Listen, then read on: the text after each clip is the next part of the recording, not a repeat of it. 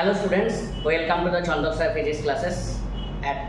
এতদিন তোরা ক্লাস 10 পর্যন্ত পড়াশোনা করেছিস, এবার জীবনের একটা নতুন অধ্যায়ের মধ্যে দিয়ে আসবি, যেটা কিন্তু সব থেকে লাইফের ভাইটাল একদম টাইম।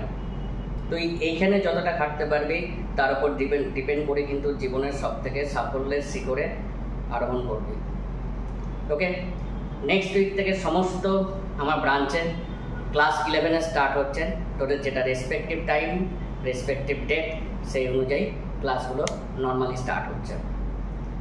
তুই যাই পড়তে যাস ভবিষ্যতে, সে মেডিকেলি পড়তে যাস, ইঞ্জিনিয়ারিং পড়তে যাস, রিসার্চ করতে যাস, অ্যাস্ট্রোফিজিক্স পড়তে যাস, রোবোটিক্স সায়েন্স পড়তে চাস, এআই নিয়ে পড়তে চাস, ফিজিক্স সব থেকে কিন্তু তোর ভাইটাল রোল প্লে করবে।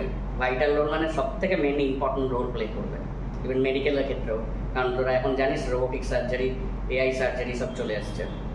যাই হোক, ফিজিক্সটাই কিন্তু জীবনের সব থেকে ইম্পর্টেন্ট পার্ট, কিন্তু এটা খুব হার্ড, কিন্তু সেরকম প্রচণ্ড ইন্টারেস্টিং।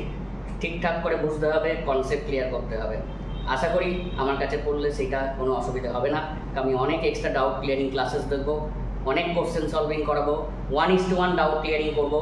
সেগুলো সব আস্তে আস্তে বলতে থাকবো কোন দিন হবে, সেগুলো সব ফ্লেক্সিবল টাইম আছে। যাই হোক, তোরা প্রথম দিন 4টে খাতা করবি, অ্যাকচুয়ালি 4টে নয় 5টা খাতা করবি। 2টো খাতা সবসময় ক্যারি করবি। একটা হচ্ছে বোর্ডের কপি, যেটা থিওরি আমি লেখাবো, আর একটা হচ্ছে নিউমেরিক্যালস। বাকি 2টো খাতা কিসের জন্য? এভরি উইকে এক্সাম থাকবে, সেই এক্সামের একটা খাতা, আর হোমওয়ার্কের জন্য এভরি উইকে হোমওয়ার্ক থাকবে, সেই হোমওয়ার্ক সাবমিশনের একটা খাতা। ছোট একটা খাতা করবি, সেটা হচ্ছে প্র্যাকটিক্যাল কপি। এইগুলো খাতাগুলো আজ মানে এখন লাগবে।